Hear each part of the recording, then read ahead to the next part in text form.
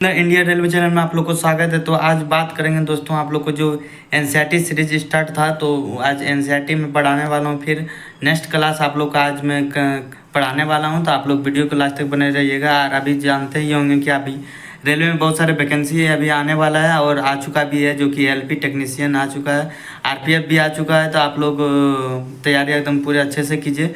और NTPC group D upcoming vacancy है, जो कि आप लोग का जल्दी वो भी देखने को मिलेगा। इनका एग्जाम भी आप लोग जान रहे हैं कि बहुत जल्दी हो जाएगा, तो आप लोग तैयारी में लगे रहिए। तो हेलो दोस्तों, आप लोग को जो कि 10th का एनसीईआरटी साइंस स्टार्ट था साइंस के लिए दोस्तों, तो आप लोग को यहाँ तक पिछला वीडियो में बता दिए थे, तो आप लोग ये देख लिए होंगे। जो भी स्टूडेंट न्यू होंगे, नहीं देखे होंगे, जाके ज़रूर देख लीजिएगा, क्योंकि साइंस के लिए बहुत ही इंपॉर्टेंट वीडियो है दोस्तों। और आप लोग जानते हैं कि रेलवे में ज़्यादातर साइंस एनसीईआरटी से ही क्वेश्चन पूछा जाता है, तो आप लोग एनसीईआरटी ही फॉलो कीजिए। जितना भी अभी एग्जाम आ रहा है, ग्रुप डी हो गया, एनटीपीसी जितना भी है, आरपीएफ हो गया, ये टेक्नीशियन हो गया, फिर एएलपी हो गया, तो सारा क्वेश्चन आप लोग को यहीं से मिलेगा। तो आप लोग इसको अच्छे से कवर कीजिएगा, ताकि आप लोगों को कहीं दिक्कत ना हो। और दूसरा बुक भी यदि आप लोग को पढ़ना का मन रहता है तो उसको भी पढ़िए, ताकि आप लोग को कि संतुष्ट रहे दिमाग में, और आप लोग यह ना लगे कि मैं ये बुक नहीं पढ़ पाया। तो आप लोग जब भी टाइम मिलता है तो कोई भी बुक पढ़िए, उससे आप लोग को फ़ायदा ही होगा, कोई नुकसान नहीं होता। तो एनसीईआरटी ज़्यादातर फॉलो कीजिए, क्योंकि यहाँ से आप लोग को ज़्यादातर क्वेश्चन रहता है। तो आप लोग को यहाँ तक पिछला न्यूमेरिकल आप लोग ये वीडियो में बता दिए थे, यहाँ तक लास्ट था आप लोग को, जो कि न्यूमेरिकल ख़त्म है। आप प्रकाश का अपवर्तन आज चालू होगा, फिर आगे आप लोग को इस तरह का वीडियो मिलेगा। देखिए आगे क्या क्या है, तो आप लोग देख लीजिएगा धीरे धीरे करके। देखिए, ये देखिए,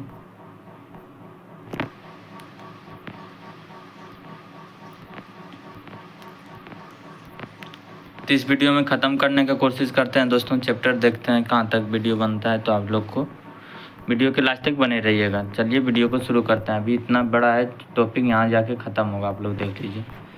इतना बड़ा है ये दोस्तों, लाइट चैप्टर है ये 10th का। आप लोग दिखा दें कि कौन सा चैप्टर आप लोग को सही पता नहीं चल पाएगा, तो शुरू से ही दिखा देता हूँ आप लोग को। ये आप लोग का क्या है, प्रकाश का अपवर्तन, प्रकाश का परावर्तन तथा अपवर्तन चैप्टर अध्याय 10th का एनसीईआरटी साइंस। कौन सा है, साइंस का। तो आप लोग को इसको पूरा देखना है आप लोग को। तो चलिए वीडियो शुरू करते हैं। आप लोग को यहाँ से आज पूरा बताने वाला हूँ। प्रकाश का अपवर्तन, प्रकाश का अपवर्तन क्या होता है। देखिए, प्रकाश का अपवर्तन लिखा गया है कि जब भी आप लोग ये तो पढ़ लीजिएगा, मैं तुम बताता, अपने दिन प्रतिदिन कुछ अनुभवों को दोहराएंगे।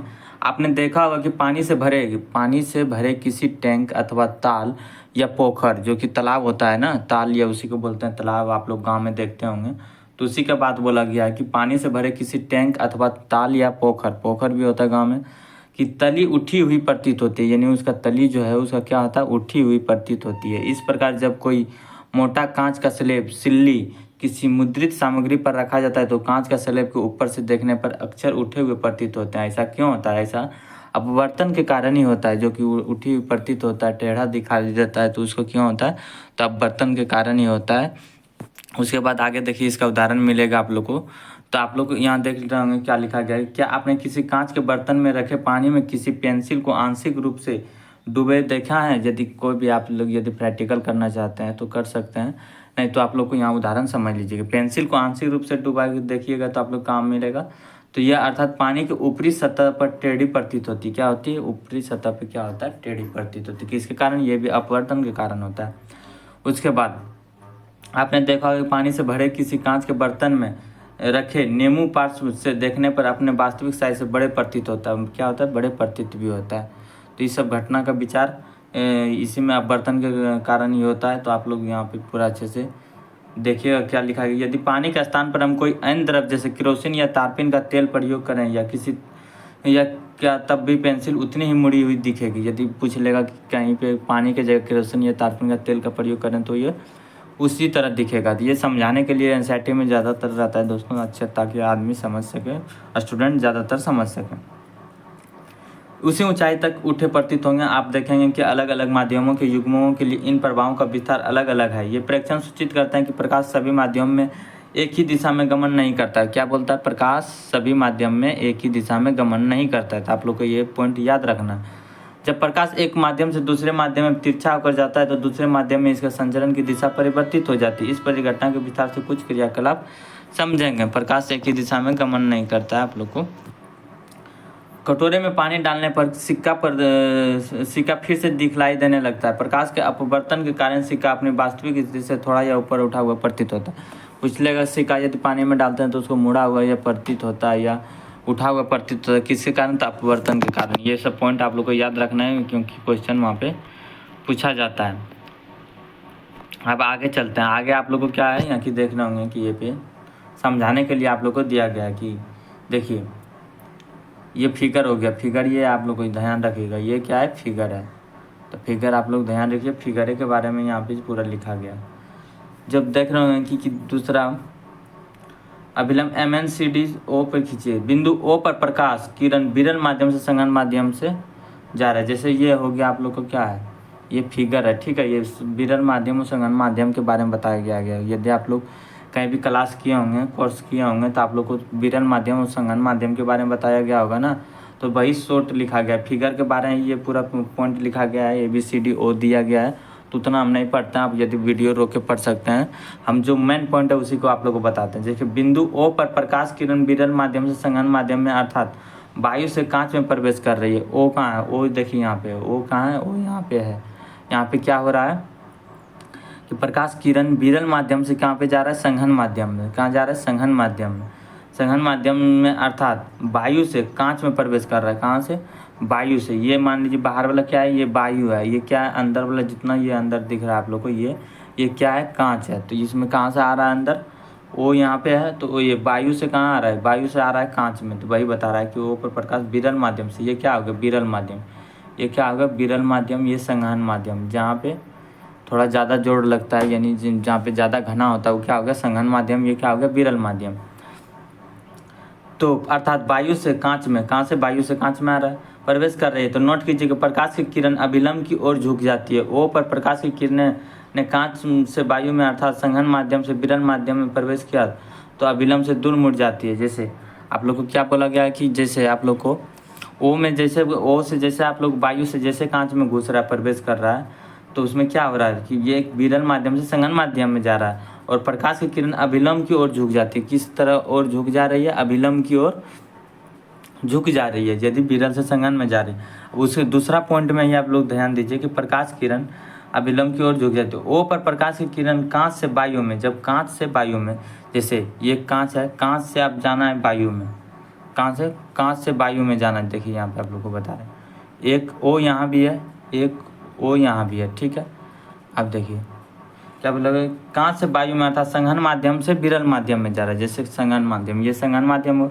अब ये कांच हो गया, कांच से आप देखिए बाहर आ रहा है यहाँ पे। तो इसी बारे में बताया गया कि जब कांच से वायु में अर्थात संघन माध्यम से विरल माध्यम, ये संघन है तो बाहर में जो वायु है वो क्या? विरल है। विरल माध्यम में प्रवेश कर रही है तो प्रकाश किरण अभिलंब से क्या हो रहा है? दूर मुड़ रही है। अभिलंब से दूर मुड़ रही है। आप लोग को यही पॉइंट याद रखना है कि जब विरल माध्यम से संघन माध्यम में जाएगी, तो प्रकाश की किरण क्या होगा? अभिलंब की ओर झुकती है। और जब संघन माध्यम से विरल माध्यम में जाएगा तो क्या होगा? अभिलंब से दूर मुड़ती है। ये पॉइंट याद रखिए, पूछता है क्वेश्चन। तो उसी को पूरा यहाँ डिटेल में लिखा गया था, आप लोग वीडियो रोक के पढ़ सकते हैं, ठीक है। तो अब उसके बाद चलते हैं आगे का पॉइंट देखिए कि अपवर्तन के प्रकाश के एक पारदर्शी माध्यम से दूसरे में प्रवेश करने पर प्रकाश की चाल में परिवर्तन के कारण होता है। पर प्रयोग दर्शाता है कि प्रकाश अपवर्तन निश्चित नियमों के आधार पर होता है। परावर्तन के नियम क्या है? परावर्तन का नियम पूछता है, आप लोग को याद रखना।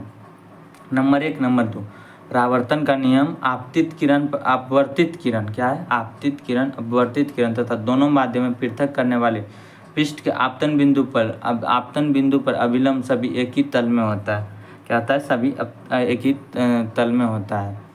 नंबर 2 प्रकाश के किसी निश्चित रंग तथा निश्चित माध्यम के युग्म के लिए आपतन कोण की जया अपवर्तन कोण की जया अनुपात स्थिर होता है। इस नियम के स्नेल का अपवर्तन का नियम भी कहते हैं। जैसे 0 डिग्री से बड़ा I और जो बड़ा उससे बड़ा 90 डिग्री के लिए सतह। I यहाँ का आपतन कोण हो गया तथा R क्या? अपवर्तन कोण। तो I से आपतन कोण याद रखिए और इसमें अपवर्तन रो पे जोड़ आ रहा है ना, अपवर्तन हिंदी में, तो इसी कारण R भी यहाँ है, रो से R भी है। तो इस तरह याद रखिएगा, I से आपतन हो गया, R से अपवर्तन हो गया। ये आप लोग 10th में भी पढ़े होंगे दोस्तों, 10th में भी ये सब पॉइंट था आप लोग को, तो यह ज़्यादातर याद ही होगा आप लोग को। साइन ए बटे साइन आर बराबर क्या होता है, इस तरह। इस स्थिरांक का मान दूसरे माध्यम में पहले माध्यम से सापेक्ष अपवर्तनांक कहते हैं। आइए अपवर्तनांक के बारे में कुछ विस्तार से अध्ययन करें। अपवर्तनांक के बारे में, अपवर्तनांक बढ़ेगा तो सघन माध्यम होगा, अपवर्तनांक यदि कम होगा तो वो क्या होगा, विरल माध्यम होगा, याद रखिए। अपवर्तनांक यदि ज़्यादा होगा तो वहाँ क्या होगा, सघन माध्यम, यदि अपवर्तनांक कम होगा तो वो क्या होगा, विरल माध्यम। आगे चलते हैं, अपवर्तनांक के बारे में बताया गया है। अपवर्तनांक के बारे में देखिए, अपवर्तनांक के बारे में क्या बताया, यदि जब प्रकाश की किरण तिरछी गमन करती हुई एक पारदर्शी माध्यम से दूसरे में प्रवेश करती है, एक पारदर्शी माध्यम से क्या दूसरे में प्रवेश करती है, या दूसरे माध्यम में अपनी दिशा परिवर्तित कर लेती है, तो क्या होता है, किन्हीं दिए हुए माध्यम में युग्म के लिए होने वाला दिशा परिवर्तन के विस्तार को अपवर्तनांक के रूप में ही व्यक्त किया जा सकता है। तो उसका क्या करता है, अपवर्तनांक को एक महत्वपूर्ण भौतिक राशि विभिन्न माध्यमों में प्रकाश के संचरण की अपेक्षित चाल से संबंध किया जा सकता है। यह देखा गया है कि विभिन्न माध्यमों में प्रकाश अलग अलग चालों से संचरित होता है। अब विभिन्न माध्यम में क्या होगा, प्रकाश एक चाल से नहीं करता है, प्रकाश विभिन्न माध्यम में विभिन्न चाल से प्रवेश करता है। तो आप लोग को ये याद रखना है, विभिन्न माध्यमों में प्रकाश अलग अलग चालों से संचरित करता है, उसका चाल अलग अलग होता है। निर्वात में प्रकाश की चाल, ये पूछता है क्वेश्चन, आप लोग को याद रखना है। निर्वात में प्रकाश की चाल 3 × 10⁸ मीटर पर सेकंड की चाल से चलता है। तो आप लोग को ये निर्वात में प्रकाश की चाल पूछेगा तो आप लोग को कितना मारना है, 3 × 10⁸ मीटर पर सेकंड की चाल से चलता है, जो कि प्रकाश किसी भी माध्यम में हो सकने वाली दूरतम चाल है। वायु में प्रकाश की चाल निर्वात की अपेक्षा थोड़ी ही कम होती है। जैसे वायु में पूछ लेगा प्रकाश की चाल निर्वात की अपेक्षा क्या होता है, थोड़ी कम होती है। कांच या पानी में यथेष्ट रूप से घट जाती है। दो माध्यमों के युग्म के लिए अपवर्तनांक का मान दोनों माध्यमों में प्रकाश की चाल पर निर्भर करता है। ये बहुत ही इंपॉर्टेंट क्वेश्चन याद दोस्तों, आप लोग को ये याद रखना है, नहीं तो आप लोग को क्वेश्चन में आप लोग नहीं मार पाइएगा, क्योंकि पॉइंट में या तो एनसीईआरटी में छिपा रहता है इंपॉर्टेंट पॉइंट। जैसे क्वेश्चन पूछ लेगा दो माध्यम का युग्म के लिए अपवर्तनांक का मान, जैसे पूछेगा अपवर्तनांक का मान किस पे निर्भर करता है, दोनों माध्यमों में प्रकाश की चाल पे निर्भर करता है। क्या पर, प्रकाश की चाल पर निर्भर है अपवर्तनांक। उसके बाद नेक्स्ट में चलते हैं, आप लोग को यहाँ पे देखिएगा, जैसे चित्र 10.1 में दिखाया गया, वो साइड दिखाया गया होगा, जो माध्यम में 1 से माध्यम 2 में प्रवेश कर रही है। मान लीजिए कि प्रकाश की चाल माध्यम 1 में v1 तथा माध्यम 2 में v2, माध्यम 2 का माध्यम 1 के सापेक्ष अपवर्तनांक माध्यम 1 के प्रकाश की चाल तथा माध्यम 2 में प्रकाश की चाल के अनुपात द्वारा व्यक्त करते हैं। जैसे कि n2/n1 कैसे करते हैं, n2/n1 निरूपित करते हैं। इस समीकरण के रूप में निम्न प्रकार का व्यक्त करते हैं। जैसे आप लोग को पूछ लेगा कि n21/n1 जैसे ये होगा, ये लिखता है एनसीईआरटी। और हम लोग यदि कहीं टीचर से पढ़े होंगे तो आप लोग कैसे लिखता है, n2/n1 डायरेक्ट इस तरह लिखते हैं, n2/n1 लिखते हैं, समझे। तो इस तरह आप लिख सकते हैं, नहीं तो इसका भाषा में इस तरह लिखा जाता है n2/1, यानी 2 क्या होगा, n2/1, 1 जो नीचे है वो ऊपर होगा। माध्यम में 1 की प्रकाश की चाल, माध्यम 2 में प्रकाश की चाल 2 जो कि नीचे है। जैसे आप लोग यहाँ पे देख रहे होंगे कि ए यहाँ है, ये बी है, तो क्या है, बी वाला ऊपर होगा, ए वाला नीचे होगा, तो वही यहाँ भी किया।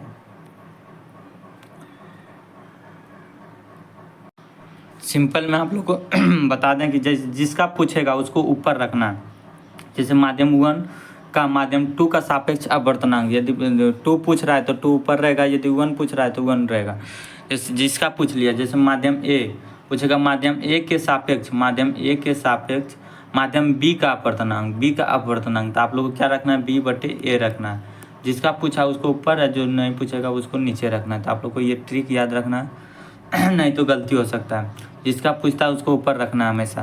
जैसे माध्यम 1 का माध्यम 2 के सापेक्ष अपवर्तनांक पूछा है तो आप 2 को ऊपर रखना है, 1 को नीचे रखना है। यदि माध्यम 1 निर्वात या वायु है, माध्यम 1 निर्वात या वायु है तो माध्यम 2 का अपवर्तनांक निर्वात के सापेक्ष माना जाता है। यदि यह माध्यम का निरपेक्ष अपवर्तनांक कहलाता है। यदि केवल n2 से निरूपित किया जाता है। यदि वायु में प्रकाश की चाल c है तो माध्यम में प्रकाश की चाल भी है, तब माध्यम में अपवर्तनांक क्या होगा, माध्यम में अपवर्तनांक nm होगा, nm होगा। जैसे वायु में प्रकाश की चाल बटे माध्यम में प्रकाश की चाल c बटे v होता है। क्या होता है, c बटे v होता है, c बटे v। वायु में प्रकाश की चाल और माध्यम में प्रकाश की चाल, तो आप लोग को ये याद रखना फॉर्मूला भी पूछ लिया जाता है। जैसे माध्यम का निरपेक्ष अपवर्तनांक केवल अपवर्तनांक कहलाता है। माध्यम का निरपेक्ष अपवर्तनांक हो जो क्या कहलाता है, अपवर्तनांक कहलाता है। अनेक माध्यम का अपवर्तनांक दिए गए सारणी के अनुसार आगे आप लोग को मिल जाएगा। जल का अपवर्तनांक कितना होता है, जल का W से सूचित किया जाता है, इसी कारण आप लोग को वहाँ पे हिंदी में ही रहेगा, तो गड़बड़ाना नहीं है। तो 1.33 होता है जल का। इसका अर्थ है कि वायु में प्रकाश का वेग तथा जल में प्रकाश का वेग, वायु में प्रकाश का वेग तथा जल में प्रकाश का वेग का अनुपात 1.33 है। इस प्रकार क्राउन कांच का अपवर्तनांक कितना होता है, 1.52 होता है। आंकड़े आप लोग को यहाँ पे दिया गया था, आप लोग को ये याद रख कर लेना है, कभी कभी पूछ लिया जाता है। नहीं तो ज़्यादातर फेमस क्वेश्चन वायु का है, वायु का पूछेगा, जल का पूछ लेता है ज़्यादातर, लेकिन आप लोग को याद रखना है, कहीं से भी क्वेश्चन आ सकता है, तो इसी कारण आप लोग को याद रखना है। सबसे अधिक किस में होता है, तो सबसे अधिक आप लोग को हीरा में होता है, आप लोग को याद होगा 2.42। तो आप लोग देख लीजिए वायु में कितना होता है, वायु में सबसे कम होता है 1.0003 होता है इसका अपवर्तनांक, आप लोग को ये याद रखना है। बर्फ का कितना 1.31, जल का कितना 1.33, एल्कोहल 1.36, किरोसिन 1.44। सब चीज़ याद नहीं रखना जो इम्पोर्टेंट है। तारपीन का तेल 1.47, बेंजीन का 1.5 होता है, और अब खनिज नमक का 1.54 होता है। उसके बाद आप लोग को हीरा को एक याद रखना है 2.42 होता है। तो आप लोग को ज़्यादा नहीं याद रखना है, सिर्फ वायु का याद कर लीजिएगा, बर्फ़ का कर लीजिएगा, जल का कर लीजिए, एल्कोहल कर लीजिए, किरोसिन कर लीजिए, तारपीन का तेल पूछ लेता है, कभी बेंजीन पूछ लेता है, खनिज नमक पूछ लेगा, हीरा का पूछ लेगा। तो आप लोग को ये चीज़ याद रखना है, कि पूछे क्वेश्चन तो आप लोग को कहीं परेशानी ना हो।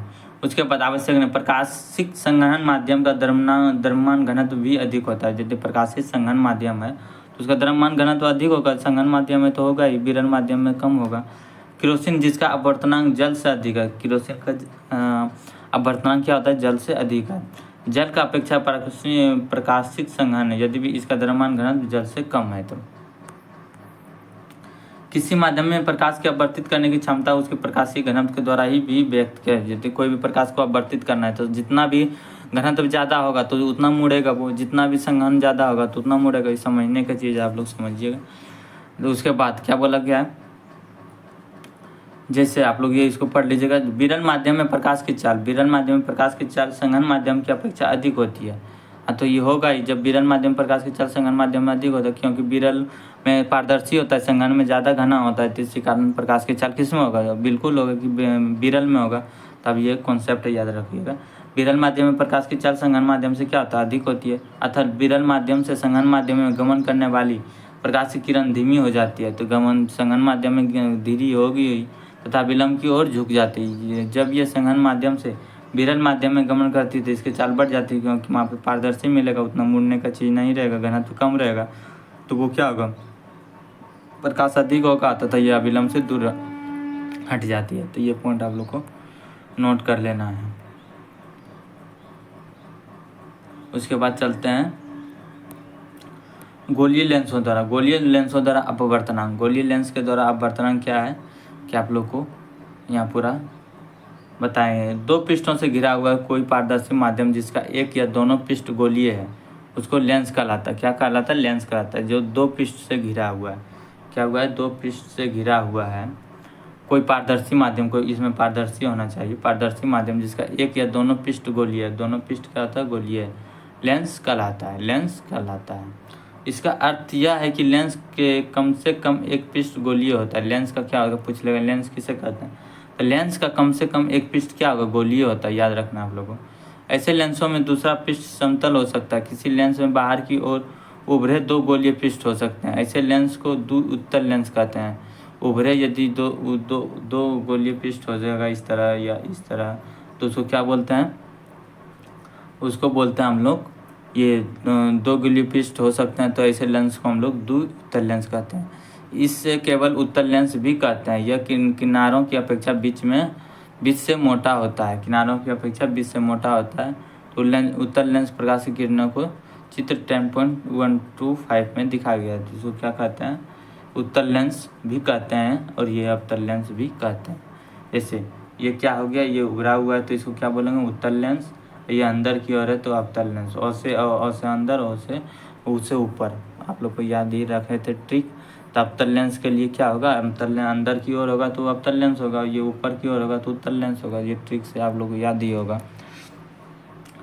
तो ए नंबर क्या है, उत्तल लेंस है। बी नंबर क्या है, अवतल लेंस है, यहाँ बताया गया है, देख लीजिएगा।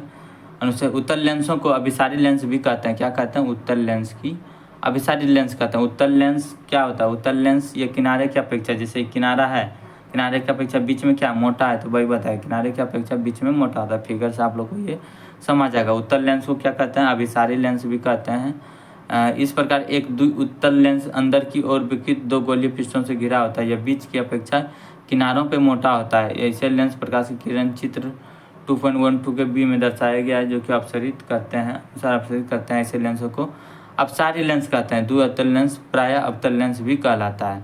द्विअवतल लेंस को प्रायः अवतल लेंस भी कहते हैं, जो कि अंदर की ओर किनारे की अपेक्षा इसमें क्या होता है, किनारे पे मोटा आता है, अंदर की ओर क्या होता है, बीच में क्या होता है, पतला है, और किनारे में क्या है, मोटा है, तो उसको क्या बोलते हैं, अवतल लेंस कहते हैं। अवतल लेंस को क्या बोलते हैं, अपसारी लेंस भी कहते हैं। अपसारी लेंस, अवतल लेंस, अभिसारी लेंस, उत्तल लेंस। तो आप लोग को ये याद रखना है। उत्तल लेंस को क्या क्या कहते हैं, उत्तल लेंस को कहते हैं अभिसारी लेंस। द्विउत्तल लेंस बीच में मोटा होता है, एक या दोनों पृष्ठ गोलीय होता है। अवतल लेंस क्या है, अपसारी लेंस, द्विअवतल लेंस भी कहते हैं, किनारे पे मोटा होता है। अब आप लोग को ये लेंस अपवर्तन में थोड़ा दिक्कत होगा। क्या होगा कि देखिए, उत्तल दर्पण में, ये याद रखिएगा, पॉइंट ये याद रखिएगा, नहीं तो आप लोगों को दिक्कत। उत्तल दर्पण में अपसारी कहते हैं, अवतल दर्पण को अभिसारी कहते हैं। लेंस में जब अब दर्पण रहेगा तब उत्तल दर्पण को अपसारी कहते हैं, अवतल दर्पण को अभिसारी। यदि यही चीज़ आप लोग को एक चीज़ याद करना है, या दर्पण कर लीजिए या लेंस कर लीजिए, उसी को उल्टा होता है ये वाला लेंस में। देखिए, उत्तल लेंस को अभिसारी लेंस कहते हैं और अवतल लेंस को अपसारी लेंस कहते हैं। तो यही है, तो दोनों यह चीज़ याद कर लीजिएगा तो आप लोग को बेटर होगा, ताकि आप लोग को कहीं कन्फ्यूज ना हो। तो उत्तल दर्पण अपसारी लेंस, अवतल दर्पण अभिसारी लेंस, उत्तल लेंस अभिसारी लेंस, अवतल लेंस अपसारी लेंस। तो ये दोनों चीज़ याद कर लीजिएगा।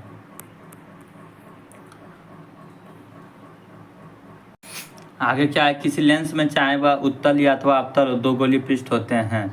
इनमें प्रत्येक पृष्ठ एक गोले का भाग होता है। इन गोलों के केंद्र लेंस वक्रता केंद्र कहलाते हैं। लेंस वक्रता केंद्र प्रायः अक्षर सी से निरूपित किया जाता है। वक्रता केंद्र को तो सी से निरूपित करते हैं, आप लोग पीछे भी पढ़े होंगे।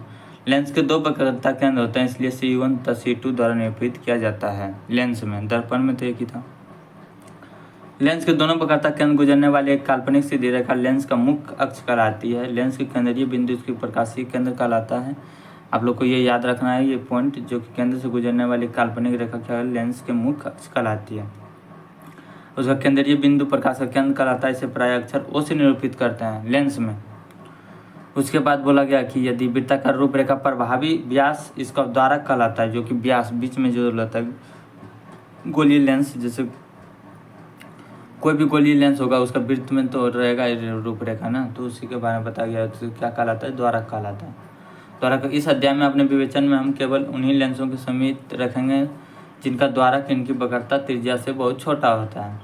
तो जब किसी लेंस पे समांतर किरणें आपतित होती है तो क्या कहा जाता है, समांतर किरणें जब आपतित होती है तो उसको हम आगे पढ़ते हैं, क्या बोला गया है। जैसे कागज सुलगने लगता है और धुआं उत्पन्न होता है, कुछ समय पश्चात यह आग भी पकड़ जा सकता है।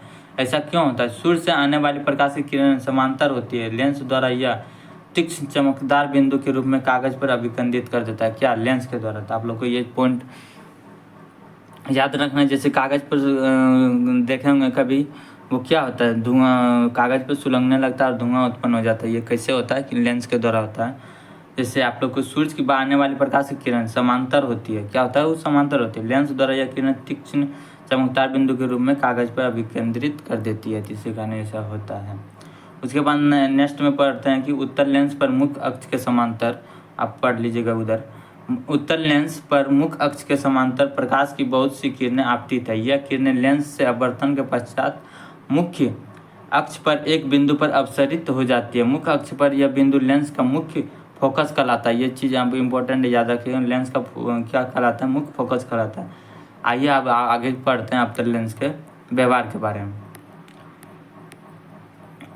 देखिए अवतल लेंस के बारे में क्या बोला गया। अवतल लेंस पर मुख्य अक्ष के समांतर प्रकाश की अनेक किरणें आपतित हो रही है। यह किरणें लेंस के अपवर्तन के पश्चात मुख्य अक्ष के एक बिंदु से अपसरित प्रतीत होती है। मुख्य अक्ष पर यह बिंदु अवतल लेंस का मुख्य फोकस कहलाता है। अवतल लेंस का क्या कहलाता है, मुख्य फोकस कहलाता है। तो आप लोग को यहाँ पे फिगर देखिएगा तो ज़्यादा समझ आएगा कि क्या फिगर में किसी लेंस में दो मुख्य फोकस होते हैं। इन्हें F1 F2 द्वारा निरूपित किया जाता है। किसी लेंस के मुख्य फोकस की प्रकाशीय केंद्र से दूरी को फोकस दूरी कहते हैं। जैसे किसी भी लेंस के मुख्य फोकस की प्रकाशीय केंद्र की दूरी फोकस दूरी क्या कहलाता है, फोकस दूरी कहलाता है। फोकस दूरी को अक्सर F से निरूपित करते हैं। तो ये पिछला क्लास में भी आप लोग देख ही लिए होंगे। उसके बाद तो आप लोग को बोर नहीं होना दोस्तों, क्योंकि आप लोग को थोड़ा पढ़ने में कठिनाई आ रहा होगा, क्योंकि ये एनसीईआरटी उसी तरह थोड़ा लगता है। ताकि आप लोग को दिक्कत हो रहा होगा तो दिक्कत नहीं होने दीजिएगा, ताकि आप लोग को अच्छे से समझ आए। और क्वेश्चन आप लोग को बहुत सारे क्वेश्चन यहीं से आता है, तो इस कारण आप लोग को घबराइए मत, समझिए, थोड़ा माइंड स्थिर करके आप लोग समझते रहिए, ताकि आप लोग को कहीं भी प्रॉब्लम ना आए और फिर आप लोग को कन्फ्यूजन दूर रहे। उसके बाद ये पिछला वीडियो में आप लोग बोल रहे हैं कि इतना पढ़ें, तो वो क्या था, दर्पण था। वो क्या था, दर्पण था। हम यहाँ पे जो पढ़िएगा ये जो दिख रहे हैं फोकस पे प्रतिबिंब कहाँ बनता है, तो ये लेंस है। तो लेंस में अलग अलग बनेगा, और दर्पण जो था तो वहाँ पे अलग बनता था। इसी कारण वहाँ पे आप लोग को दर्पण वाला तो वीडियो देखे होंगे। यहाँ पे लेंस वाला ज़्यादातर वीडियो देख रहे होंगे। तो लेंस के बारे में पूरा दिखाया गया। यहाँ पे आप लोग को भी फिगर बनता है, ताकि आप लोग को प्रतिबिंब बनता है, और उसमें दर्पण में भी प्रतिबिंब बनता था। तो लेंस में प्रतिबिंब दोनों एक ही तरह लग रहा होगा कि यहाँ भी फोकस और केंद्र बता रहा है, मुख्य फोकस दूरी बता रहा है, मुख्य अक्ष बता रहा है। तो आप लोग को घबराना नहीं है, थोड़ा स्थिर माइंड से समझिएगा। तो चलते हैं वीडियो को फिर से शुरू करते हैं। कहाँ थे हम लोग, यहाँ पे थे। अब यहाँ पे देख लिए उत्तल लेंस द्वारा बना प्रतिबिंब, उत्तल दर्पण था, ये याद रखिएगा। यहाँ पे क्या, उत्तल लेंस। ये क्वेश्चन 100% आता ही आता है। तो आप लोग को थोड़ा माइंड स्थिर करके समझना पड़ेगा। ये क्या उत्तल लेंस है, वहाँ पे क्या था, वहाँ पे था आप लोग को दर्पण था। तो उत्तल लेंस के बारे में देखिए, अनंत पे जब रहा था। फिर उसी तरह आप फिगर बना लीजिएगा। उत्तल लेंस आप लोगों को कैसे बताए थे, उत्तल लेंस कैसा था, ऐसा था उत्तल लेंस। और अवतल लेंस के साथ है, ऐसा था। तो आप लोग को ये चीज़ याद रखना है। तो उत्तल लेंस के लिए फिर आप लोग को उस तरह का फिगर बनाइएगा, जैसे हम ऊपर में बनाए। आप लोग ध्यान दीजिएगा, ऊपर में मैं बनाया हूँ इस तरह, और इस तरह पाई काटिएगा। फिर यहाँ से अनंत लिखिएगा। इस तरह भी मैं वहाँ भी होता है। यहाँ पे F1 लिखिएगा, यहाँ पे F2 लिखिएगा, और फिर इस तरह पे आप आइएगा तो फिर इस तरह इन्फिनेटिव लिखिएगा। यहाँ लिखना है आप लोग को 2F2, यहाँ पे लिखना है 2F1। इस तरह करके आप लोग को लिखना है। तो पहले समझ लेते हैं कहाँ पे क्या बनता है। अनंत पे रहेगा जब, तो क्या बनेगा, फोकस F2 पे प्रतिबिंब बनता है। कहाँ पे बनेगा, ये उत्तल लेंस के बारे में बताया गया है। उत्तल लेंस के बारे में प्रतिबिंब कहाँ F2 पे बनेगा। प्रतिबिंब का अपेक्षित साइज क्या होगा, अत्यधिक छोटा बिंदु आकार का होता है। ये तो होगा ही। वास्तविक तथा उल्टा होगा, किसमें, उत्तल लेंस में। यहाँ पे उल्टा होगा, ठीक है।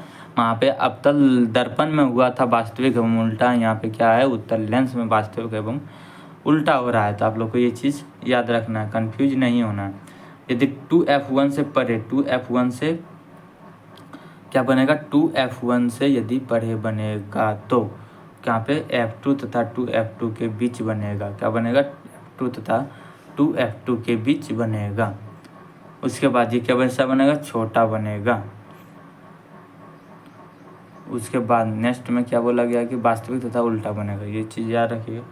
फिर यदि 2F1 पे बनेगा, फिर कहाँ बनेगा, फिर से 2F1 पे यदि बनता है तो 2F2 पे बनेगा। समान साइज का बनेगा, क्योंकि सेम 2 बन रहा है। जैसे वहाँ पे केंद्र बनता था, केंद्र पे समान साइज का बनता था।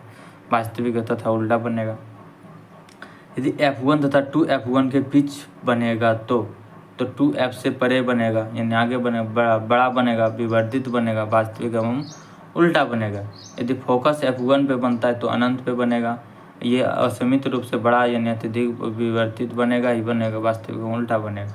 ये जो पीछे बनता है दर्पण का कहाँ बनता है, पीछे बनता है। तो फोकस f1 तथा प्रकाशीय केंद्र O या इन्फिनेटिव के बीच, मान लीजिए प्रकाशीय केंद्र O यहाँ इन्फिनेटिव नहीं, सॉरी दोस्तों, ये बीच में जो कि प्रकाशीय केंद्र फिगर में, जैसे फिगर में होता है ना, फिगर में जो कि यहाँ पे होता है ये O होता है, तो यहाँ पे बीच में जो बना है उसके बारे में बताया गया।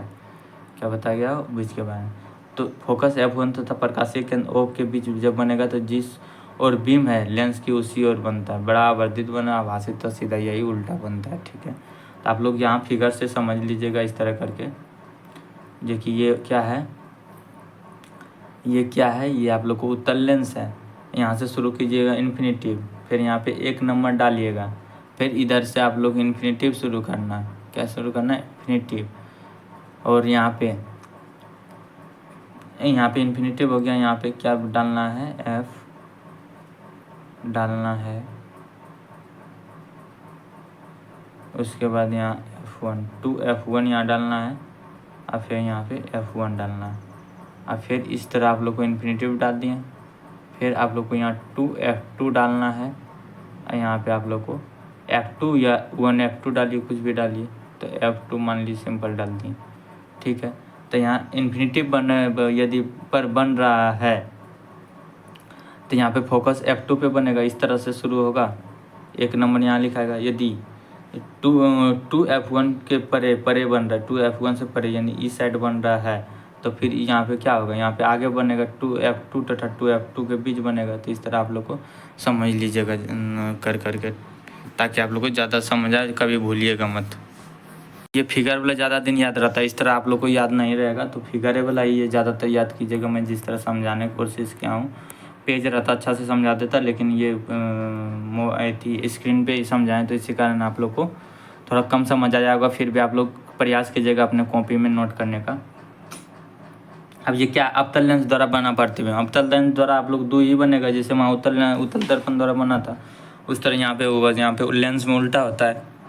अनंत पे यदि बनेगा तो फोकस f1 पे बनेगा, तो दिख छोटा ही बनता ही बनता, आभासी तथा सीधा बनेगा। यहाँ पे आभासी यानी काल्पनिक या आभासी बनेगा। ठीक है, अनंत तथा लेंस के प्रकाशीय केंद्र O के बीच यदि बनता है तो प्रकाश f1 प्रकाशीय केंद्र O के बीच बनेगा, आभासी तथा सीधा बनेगा। यहाँ ये क्या हो गया, अवतल लेंस है। क्या है, अवतल लेंस है। क्या है, अवतल लेंस है। जैसे ही फिगर बनाए, यहाँ फिगर से आप समझिएगा तो ज़्यादा दिन याद रहेगा।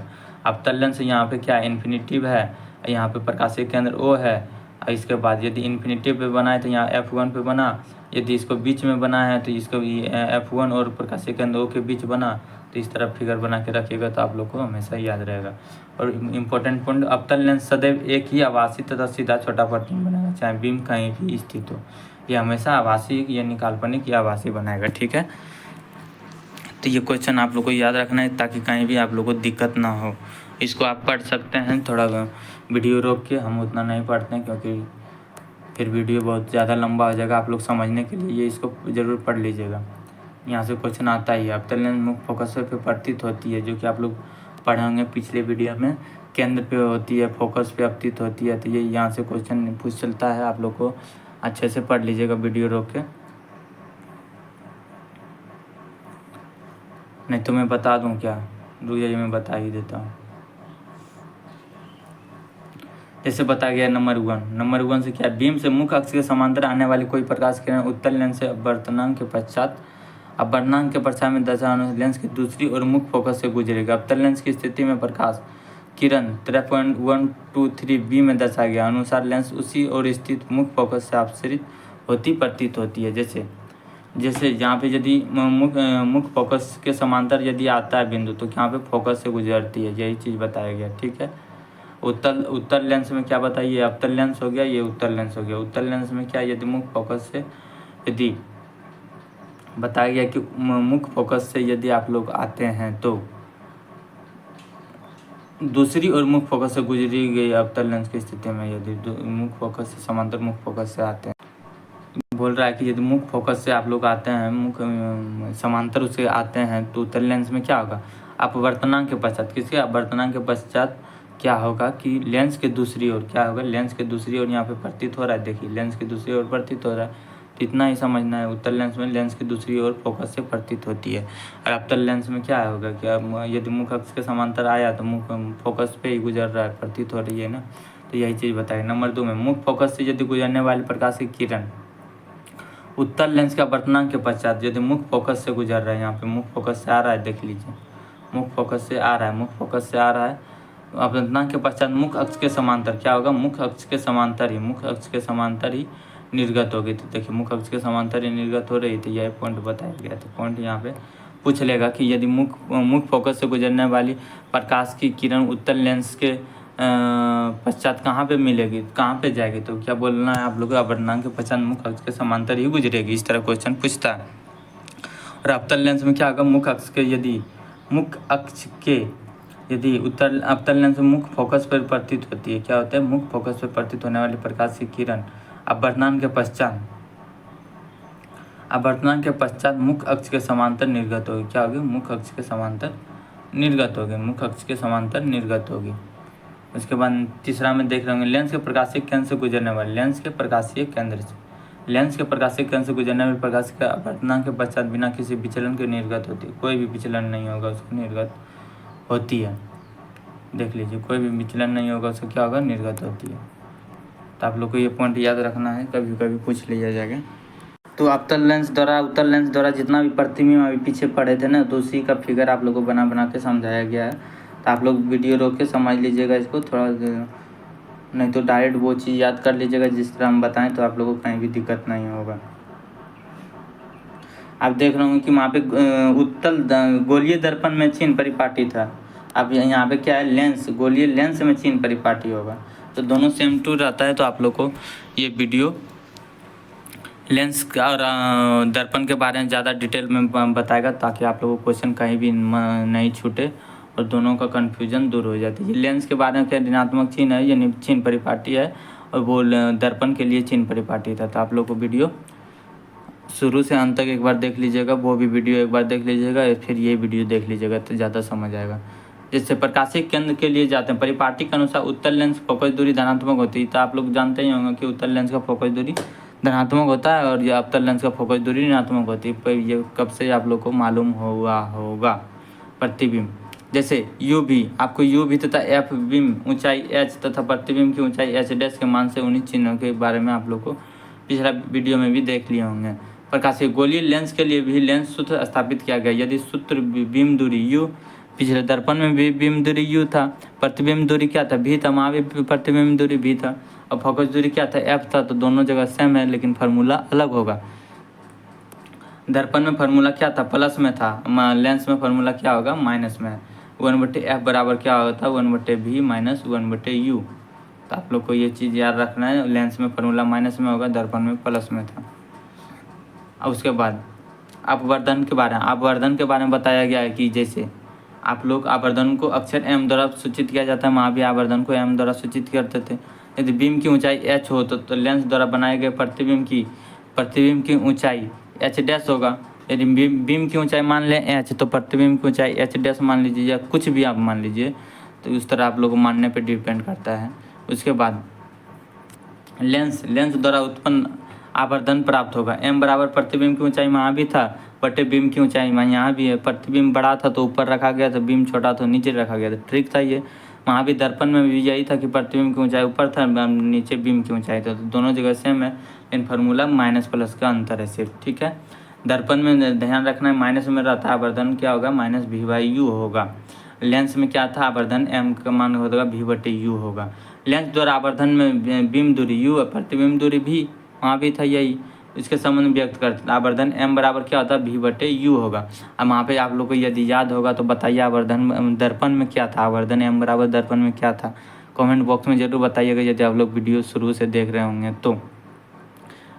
यदि आप लोग सिर्फ वीडियो बनवाते हैं तो पूरा नहीं देखते होंगे तो ये अच्छा बात नहीं है। आप लोग यदि देखते होंगे तो ज़रूर बताइएगा कि दर्पण में, कमेंट बॉक्स में ज़रूर बताइएगा दर्पण में आवर्धन m बराबर क्या था और यहाँ लेंस में क्या है। तो आवर्धन मैं बता दूं कि आवर्धन m बराबर वहाँ पे -v/u था, क्या था, -v/u, याद कीजिएगा। लेंस में क्या होगा, ये प्लस में होगा, लेंस में क्या सिर्फ v बटे यू होगा, v बटे यू होगा। ठीक है, एच डैश हो गया प्रतिबिंब की ऊंचाई, एच होगा बीम की ऊंचाई, ये चीज़ याद रखना। ठीक है, आप लोग को यहाँ समझने के लिए लिख भी दिए कि ध्यान रखेंगे दर्पण में माइनस, आवर्धन एम बराबर माइनस वी बाई यू था, लेंस में प्लस में था आवर्धन एम बटे वी बटे यू।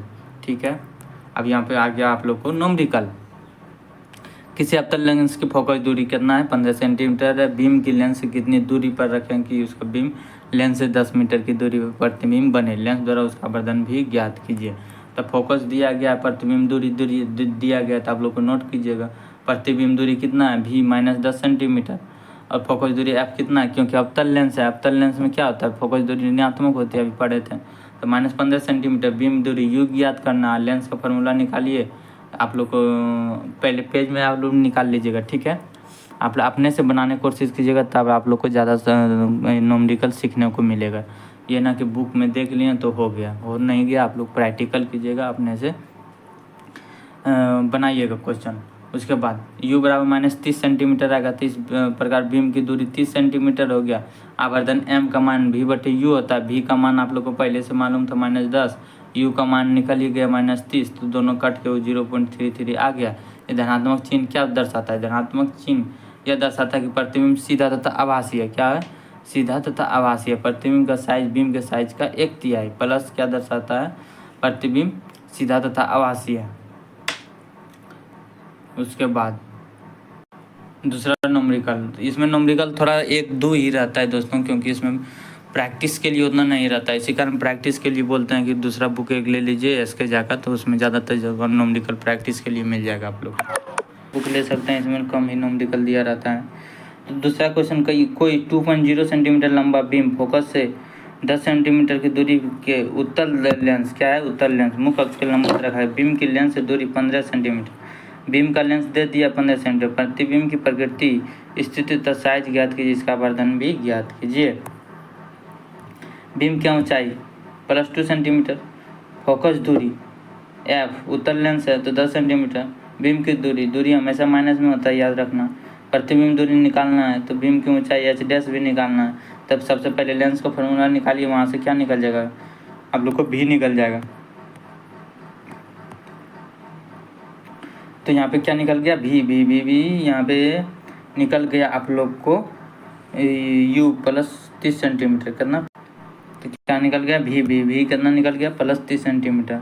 तो भी धनात्मक चिन्ह दर्शाता है कि प्रतिबिंब लेंस का प्रभाव प्रकाशीय केंद्र की दाईं ओर 30 सेंटीमीटर की दूरी पर बनता है, और वास्तविक तथा उल्टा बनता है। क्या बनता है, वास्तविक तथा उल्टा बनता है। तो क्योंकि प्लस इधर है तो प्लस वास्तविक उल्टा बनता है, माइनस बनता है तो क्या बनता है, काल्पनिक बनता है। आवर्धन m का मान, आवर्धन का m क्या बताएगा, आवर्धन m का मान 2 फार्मूला होता है, दोनों फार्मूला जो भी दिया रहेगा उससे बनाइए। आवर्धन m का मान में क्या होता है, एगो प्रतिबिंब की ऊंचाई बटे बीम की ऊंचाई होता है, एगो v बटे u होता है। तो आप लोग को ये याद रखना है कि जहाँ भी आप लोग क्वेश्चन में जो दिया रहेगा दोनों फार्मूला बैठाइए, यदि जो भी दिया रहे उस फार्मूला पे यूज कर लीजिएगा। ठीक है, तो प्रतिबिंब की ऊंचाई यहाँ से निकल जाएगा, प्रतिबिंब की ऊंचाई आप लोग को h डैश निकल जाएगा, h डैश निकल -4 सेंटीमीटर, क्या हो गया, -4 सेंटीमीटर निकल गया। यदि आवर्धन m बराबर v बटे यू, v का मान यही था, u का मान यही है, तो -2 आ गया। -2 क्या बनाएगा, वास्तविक उल्टा बना दिया इसको। तो m तथा h डैश के ऋणात्मक चिन्ह यह दर्शाता है कि उपरांत अनुसार प्रतिबिंब उल्टा तथा वास्तविक या मुख्य अक्ष के नीचे बनता।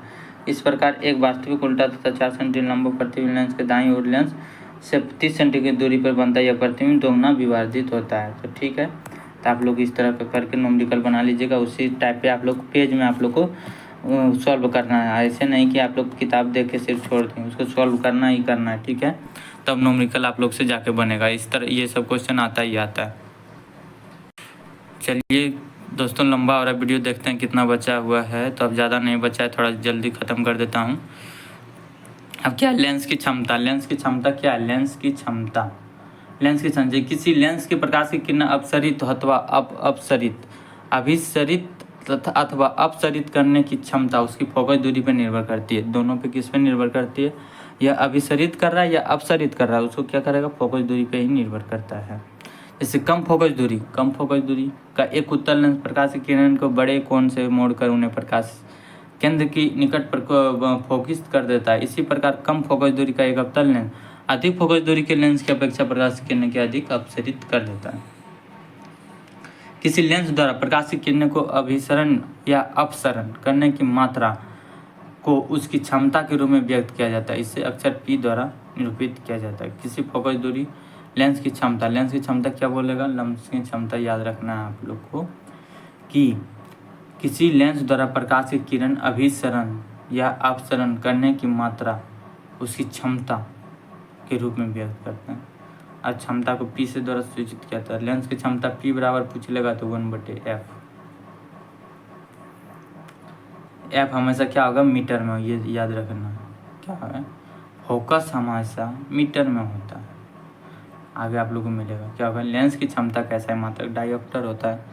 इसे अक्षर D द्वारा दर्शाया जाता है, पूछ लेता है। ये आप लोग को ज़्यादातर लेंस की क्षमता तो सबका अधिकतर याद रहता है डायोप्टर होता है, लेकिन पूछ लेगा उसको किससे दर्शाता है तो D द्वारा से दर्शाता है। जैसे f को मीटर में व्यक्त करें तो क्षमता को डायोप्टर में व्यक्त किया जाता है। f को मीटर में यदि व्यक्त कर रहे हैं तो क्षमता को डायोप्टर में व्यक्त करना ही पड़ेगा। ठीक है, आगे क्या बोला गया कि जो व्यक्त किया जाता है इस प्रकार वन डायोप्टर उस लेंस की क्षमता है जिसकी फोकस दूरी 1 मीटर होता है। यानी 1 मीटर है तो 1 डायोप्टर होगा। ये सिंपल है दोस्तों। 2 मीटर रहेगा तो फिर उसका अलग हो जाएगा। यदि 1 डायोप्टर के लिए लिखना पड़ेगा 1 डायोप्टर बराबर एक क्षमता बराबर, तो 1 मीटर माइनस 1 क्यों, 1/f फार्मूला होता है। f को मीटर में सूचित करते हैं। यदि ये मीटर ऊपर जाएगा तो क्या होगा, माइनस तो होगा ही, तो क्या होगा, माइनस होगा, तो 1 मीटर माइनस 1 होगा। तो इसी कारण ये माइनस लिखा गया। क्या लिखा गया, माइनस लिखा, क्योंकि 1/f होता है। f हमेशा मीटर में होता है, मीटर लिखिएगा तो 1 डायोप्टर 1 मीटर माइनस 1 होगा ही।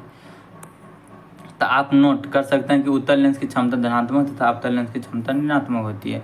तो ये चीज़ भी याद रखना है, उत्तल लेंस की क्षमता क्या होगा, धनात्मक, अवतल लेंस की क्षमता ऋणात्मक होती है। आगे चलते हैं। जैसे चश्मा बनाने वाले जब संशोधित लेंस निर्धारित करते हैं उसकी क्षमता का उल्लेख, निर्धारित लेंस की क्षमता कितना होता है, +2 डायोप्टर होता है, +2 डायोप्टर होता है। इसका अर्थ यह निर्धारित करता है कि लेंस उत्तल और उसकी फोकस दूरी निकल जाएगा। फोकस दूरी कैसे निकल, P बराबर क्या लिखेगा, 1/f लिखिएगा, 1/f लिखिएगा। f क्या हो जाएगा, यहाँ पे उत्तल लेंस प्लस का मतलब हो गया उत्तल लेंस, प्लस का मतलब उत्तल लेंस। अब फोकस दूरी यहाँ से निकाल लीजिएगा।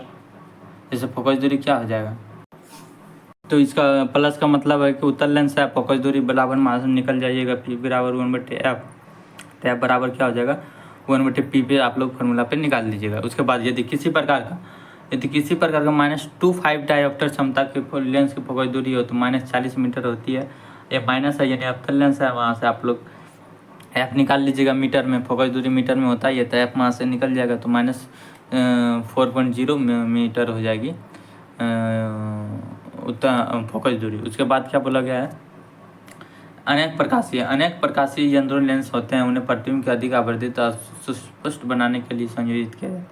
इस प्रकार संपर्क में रखे लेंसों की कुल क्षमता P उन लेंसों की पृथक के लिए P1 + P2 करके जोड़ दिया जाता है। उसके बाद उदाहरण के लिए जैसे आप लोग वीडियो रोक के समझ लीजिएगा, पढ़ लीजिएगा। यहाँ पे नोमरिकल है तो नोमरिकल भी आप लोग को सॉल्व है तो सॉल्व कर लीजिएगा फटाफट। आपने क्या क्या सीखा, ये चीज़ है। प्रकाश सरल रेखा में गमन करता हुआ प्रतीत होता है, आप लोग पढ़े होंगे। दर्पण तल लेंस वस्तुओं के प्रतिबिंब बनाते हैं। बिंब की स्थिति के अनुसार प्रतिबिंब वास्तविक अथवा आभासी हो सकते हैं। पढ़े ही थे कि वास्तविक आभासी दोनों जी हो जाता है।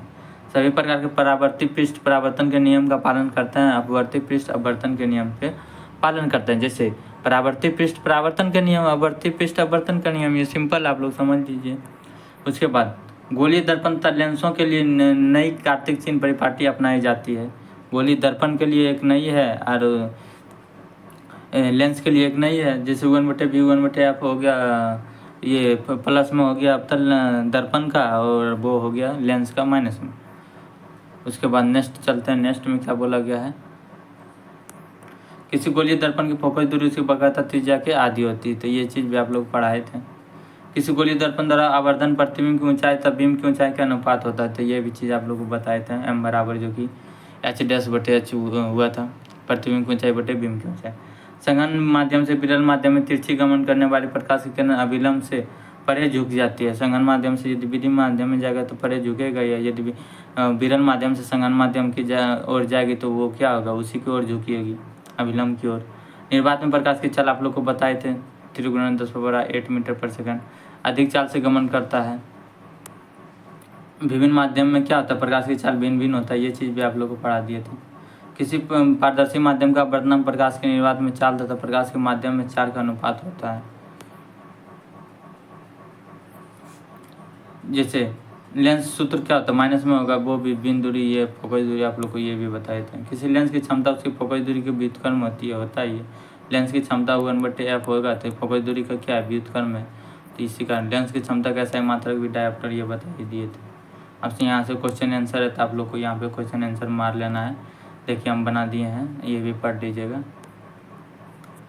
पहले आप लोग बना के देखिएगा, क्वेश्चन आंसर जितना भी पढ़ा है ना, आप लोग पहले आंसर मेरा जो कि ठीक किया हुआ है उसे नहीं देखिएगा, अपने से बनाइएगा, पढ़ के देखिएगा कि बनता है कि नहीं बनता है। जितना भी क्वेश्चन आंसर है अपने से बनाइएगा ईमानदारी से, ठीक है।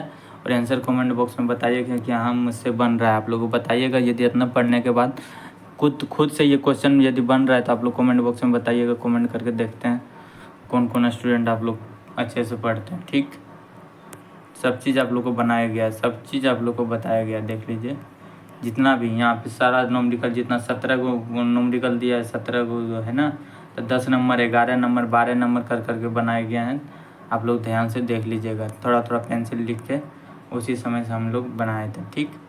तो आप लोग को ताकि ये रिवीजन हो जाए फटाफट, तो इसी कारण मैं यहाँ पे बुक में ही बना लिए थे। तो आप लोग भी इसे देख लीजिएगा, सारा क्वेश्चन आप लोग को मिल जाएगा। ये नोमरिकल जितना दिया गया है नीचे सारा बना हुआ है। तो कैसा लगा वीडियो दोस्तों, आप लोग ज़रूर बताइएगा। वीडियो आज ये 10th चैप्टर लाइट आप लोग ख़त्म हो गया। उसके बाद आप लोग को कौन सा वीडियो चाहिए आप लोग कमेंट बॉक्स में बताइएगा। ज़्यादातर वीडियो आप लोग देखते नहीं हैं, शुरू से अंत तक वीडियो देखिए, ज़्यादा समझ आएगा, ठीक है। एनसीईआरटी ज़्यादा फॉलो कीजिए, आप लोग को साइंस में कहीं दिक्कत नहीं होने वाला है, क्योंकि ज़्यादातर रेलवे में साइंस 40 क्वेश्चन, 50% क्वेश्चन आप लोग को टेक्नीशियन में मिलेगा। और ग्रुप डी में भी यही क्वेश्चन डायरेक्ट रहता है। तो आप लोग को अच्छे से ध्यान देना है। कैसा लगा वीडियो बताइएगा, कहीं समझ नहीं आता है तो ये भी कमेंट करके बताइएगा थोड़ा, ताकि हमको भी थोड़ा पता चले कि मैं कैसा बता रहा हूँ, ठीक है। तो ये वीडियो का चैप्टर ख़त्म हो गया। नेक्स्ट चैप्टर किस वीडियो पे आना चाहिए कमेंट बॉक्स में बताइएगा। थैंक यू दोस्तों, जय हिंद, जय भारत।